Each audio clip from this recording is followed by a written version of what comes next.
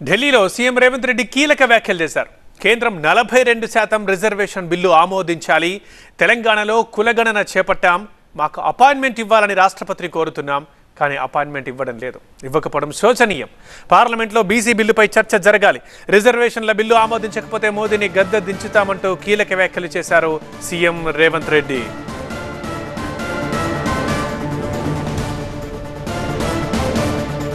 ఈరోజు కేంద్ర ప్రభుత్వ నిర్లక్ష్యం మీద మేము తెలంగాణ రాష్ట్ర శాసనసభలో education, employment, political reservation in local bodies 2 బిల్లులు రాష్ట్రపతికి పంపించి దాదాపుగా 4 నెలలు పూర్తిగా వస్తుంది.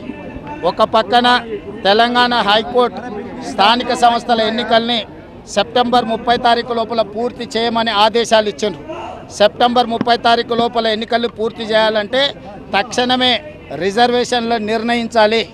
చంద్రశేఖరరావు గారు 2018లో పంచాయతీరాజ్ చట్టాన్ని చేసి 50% రిజర్వేషన్లు మాత్రమే ఇచ్చే విధంగా చట్టం చేసిండు. ఈరోజు ఆ చట్టాన్ని తొలగించి రిజర్వేషన్లు పెంచాల్సిన అవసరం ఉన్నది. అందుకే మేము విద్యా ఉపాధిలో అదేవిధంగా రాజకీయ రిజర్వేషన్ల 2 బిల్లులు పంపించినాం. 4 నెలలైన రాష్ట్రపతి ఆమోదించలేదు. కాబట్టి ఈరోజు జంతర్ మంతర్ దగ్గర తెలంగాణ మంత్రివర్గం మొత్తం ఎంపీలు, ఎమ్మెల్సీలు, ఎమ్మెల్యేలు తెలంగాణ నలుమూలల నుంచి రిజర్వేషన్లకు అనుకూలమైన శక్తులందరూ ఈరోజు జంతర్ మంతర్లో ధర్నా చేస్తున్నారు. అయినా కేంద్ర ప్రభుత్వానికి కనువిప్పు కలగలేదు. అందుకే ఈరోజు ఇక్కడనే కాదు, పార్లమెంట్లో కూడా మల్లికార్జున్ ఖర్గే గారు, రాహుల్ గాంధీ నేతృత్వంలో ఖచ్చితంగా ధర్నా చేసి రిజర్వేషన్లను సాధిస్తాం.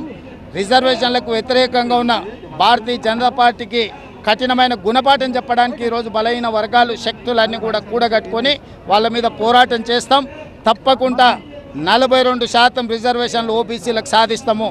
నరేంద్ర మోడీ గారు ఇచ్చిండ్రా సరే, ఇవ్వకపోతే నరేంద్ర మోడీ గారిని గద్దె నుంచి దించి రాహుల్ గాంధీ గారిని దేశానికి ప్రధానమంత్రిని చేసి 42% రిజర్వేషన్లు సాధించే వరకు కాంగ్రెస్ పార్టీ విశ్రమించబోదు. ఖచ్చితంగా రాష్ట్రపతిని మేము అపాయింట్మెంట్ అడిగి చాలా రోజులైంది. ఇప్పటి వరకు రాష్ట్రపతి గారు మాకు అపాయింట్మెంట్ ఇవ్వలేదు. ఇది శోచనీయము. మేము ఎదురు చూస్తున్నాం. రేపటిలోగా రాష్ట్రపతి గారు మాకు అపాయింట్మెంట్ ఇచ్చి మా సమస్యను విని పరిష్కరిస్తారని మేము ఆశిస్తున్నాము. ఒకవేళ రాష్ట్రపతి గారు మాకు అపాయింట్మెంట్ ఇవ్వలేదంటే ప్రధానమంత్రి గారు ఒత్తిడి ఉన్నది రాష్ట్రపతి గారి మీద అని మేము భావించవలసి వస్తుంది. నిన్న మొన్న అమిత్ షా గారు నరేంద్ర మోడీ గారు రాష్ట్రపతిని కలిసిండ్రు. ఆ సందర్భంగా వీరు ఏమైనా మా అపాయింట్మెంట్ ఇవ్వద్దని వారి మీద ఏమైనా ఒత్తిడి చేసిండ్రేమో బలహీన వర్గాలందరూ కూడా ఆలోచన చేయాల్సిన అవసరం ఉన్నది. ఏదేమైనా క్షేత్రస్థాయి నుంచి పార్లమెంట్ వరకు రిజర్వేషన్లు సాధించే వరకు మా పోరాటాన్ని ఆపము. ఖచ్చితంగా మోడీ గారి బీజేపీ మెడలు వంచి రిజర్వేషన్లు సాధిస్తాం.